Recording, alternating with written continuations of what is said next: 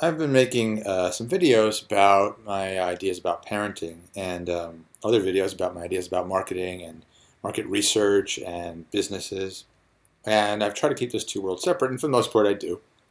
But I thought this would be interesting to do a series where they sort of come together, because I think one of the things that's really interesting about life for many people is that they have such a high level of integrity and in touch with their emotions when it comes to their children, but they don't have it at all when it comes to the customer or the world of offices and work and certainly market research.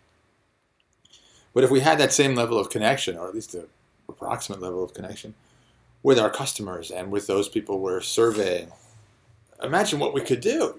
We could really create products that are, and services and brands that are in service to other people, that make us feel good about going to work every day. And the same sort of principles that we want to pass on to our children could be part of what our brands stand for and how our market research is conducted. I think one of the things that happens so much in the world of business is rushing around. When you're with a child, you have to learn patience and attentiveness. And when you're rushing around and stuck in your mind, over analytical, you don't take the time to really be present for the other person. I think so much of business is about establishing your greatness, and so you see a lot of insecurity. But for our children, if we model comfort with ourselves, even our flaws, and be honest about these flaws, then children will be able to be honest about their own flaws and their own limitations, and not try to boast or brag or hide from themselves or other people their frailties, their vulnerabilities, their selfishness. I talk about market research being so much about trying to figure out what are these selfish drivers, what drives us from the gut. But in a focus group, you don't want to be seen as selfish by other people or by the moderator.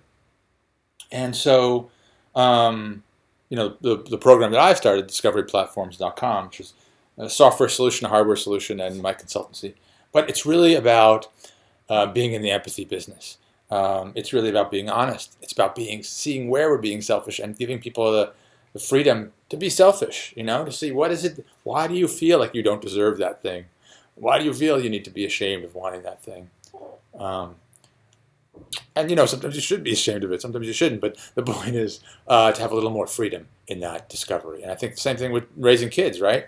They tend to be selfish. They want this, they want that. And when is it times not to deny them, and when is it times to teach them a little bit of patience and compassion for others. So anyway, I think these things are so linked, and why do we keep them apart? I don't think we should. So bring your children to work. No. Anyway, so I hope that was useful for you guys, and I'll make more.